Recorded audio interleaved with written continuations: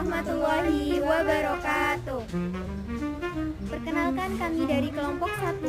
Di sini kami akan memaparkan materi mengenai sejarah dan perkembangan mikrobiologi. Sebelum itu, izinkan kami memperkenalkan diri terlebih dahulu.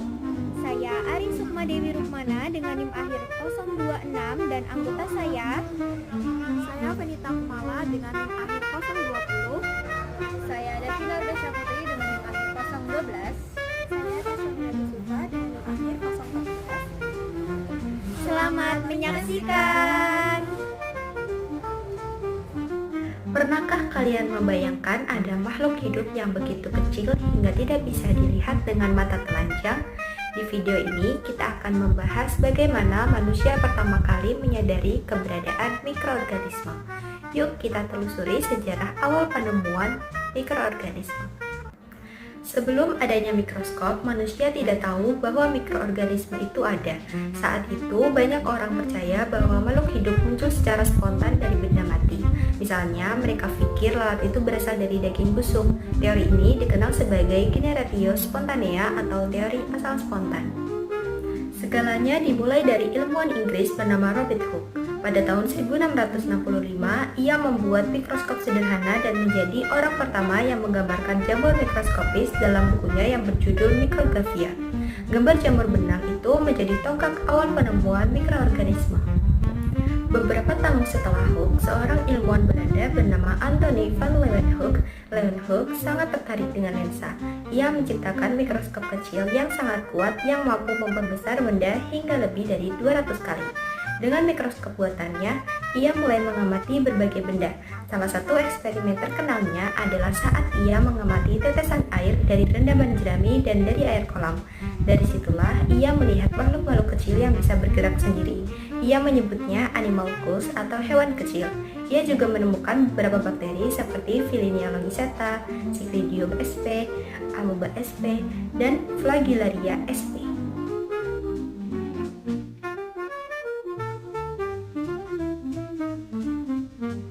Robert Hooke adalah orang pertama yang menggunakan mikroskop sederhana untuk mengamati jamur benang dan benda mikroskopis lain yang ia abadikan dalam buku Micrographia.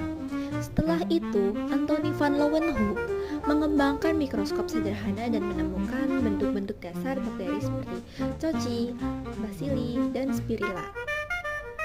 Di masa itu, konsep generatio spontanea atau abiogenesis masih diyakini banyak orang, yaitu bahwa makhluk hidup muncul dari benda mati.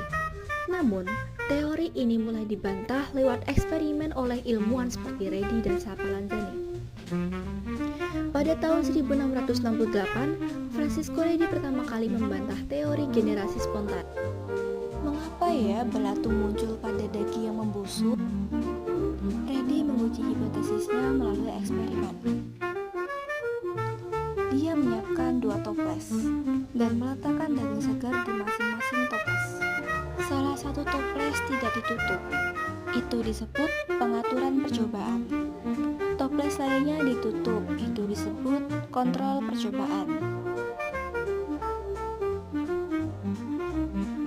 Setelah beberapa hari, belatung muncul di toples tidak tertutup dan tidak ada belatung di toples tertutup. Dia menyimpulkan, "Aku menyimpulkan bahwa belatung itu dihasilkan oleh lalat." Pada tahun 1748, John Needham mengamati mikroorganisme dalam kaldu daging yang dipanaskan yang tidak ada pada awal percobaan. Dia menyimpulkan bahwa bakteri tersebut berasal dari daging. Pada saat yang sama, Lazzaro Sapalanzani telah lebih meningkatkan eksperimen Needham. Dia merebus kaldu daging dan menutup rapat botolnya, sehingga mikroorganisme tidak tumbuh. Dia menyimpulkan udara membawa kuman ke kaldu dalam percobaan Needham. Theodore Schwann memasukkan udara ke dalam labu berisi kaldu melalui tabung yang membara. Kaldu dalam labu tidak menunjukkan pertumbuhan. Secara bersamaan, pada tahun 1850, George Friedrich Schlorder dan Theodor von Dutch telah memasukkan udara ke dalam labu dengan melewatkannya melalui sumber kapas steril. Tidak ada pertumbuhan yang teramati. Mereka mengatakan serat kapas telah menjebak mikroba dari lingkungan luar. Penggunaan menyumbat kapas untuk menghindari kontaminasi mikroba masih ada hingga saat ini. Kemudian, pada tahun 1861, Louis Pasteur telah sepenuhnya membantah konsep generasi spontan melalui percobaan leher angsanya.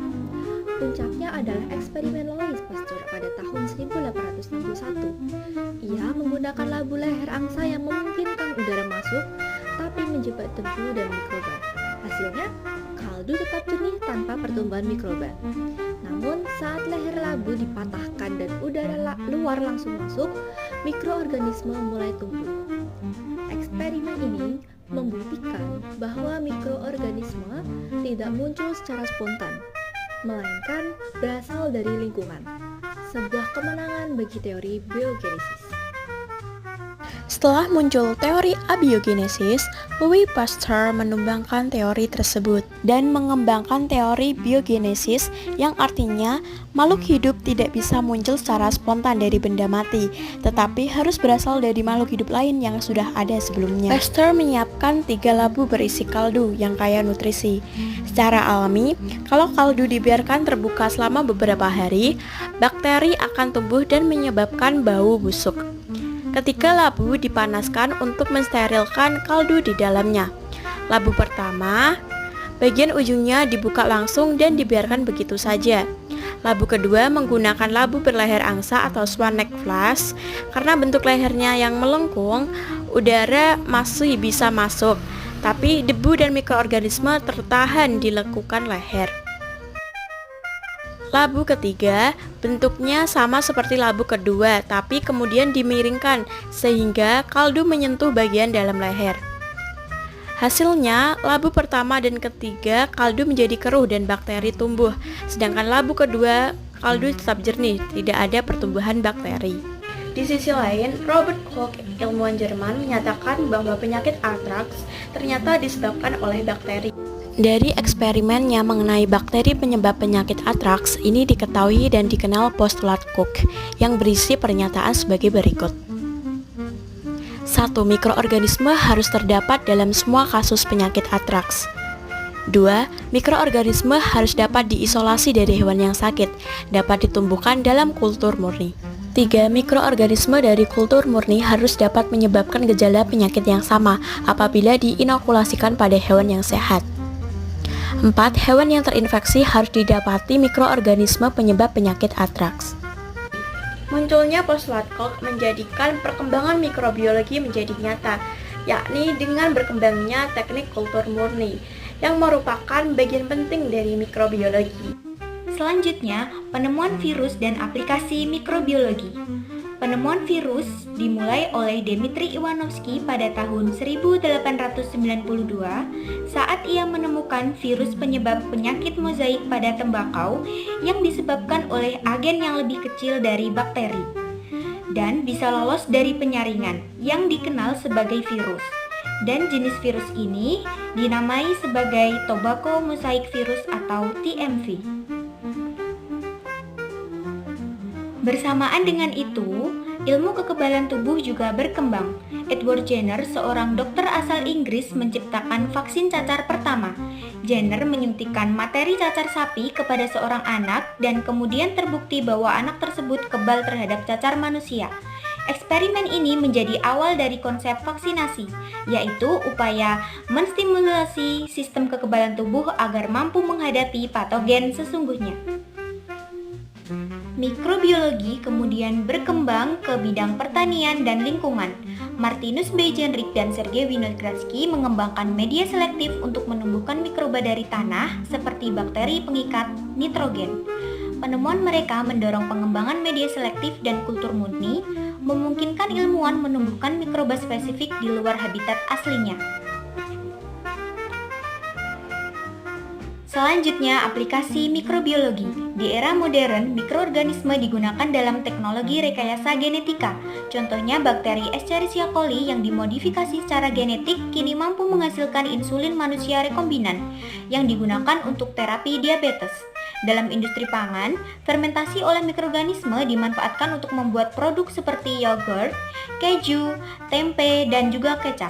Sementara itu, dalam bidang bioremediasi, bakteri digunakan untuk mengurai limbah beracun, tumpahan minyak, dan polutan logam berat dari lingkungan tercemar. Semua ini menunjukkan bahwa mikroorganisme bukan hanya penyebab penyakit, melainkan juga alat vital dalam kemajuan teknologi dan pelestarian bumi. Maka, penting bagi kita sebagai generasi sains untuk terus menggali, memahami, dan mengaplikasikan ilmu mikrobiologi demi masa depan yang lebih baik. Sekian pemaparan materi mengenai sejarah dan perkembangan mikrobiologi. Kami berharap akan memberikan pemahaman lebih baik tentang bagaimana ilmu mikrobiologi berkembang dan peranannya yang sangat penting dalam berbagai bidang, mulai dari bidang kesehatan, pangan, pertanian, maupun lingkungan. Terima kasih. Wassalamualaikum warahmatullahi wabarakatuh.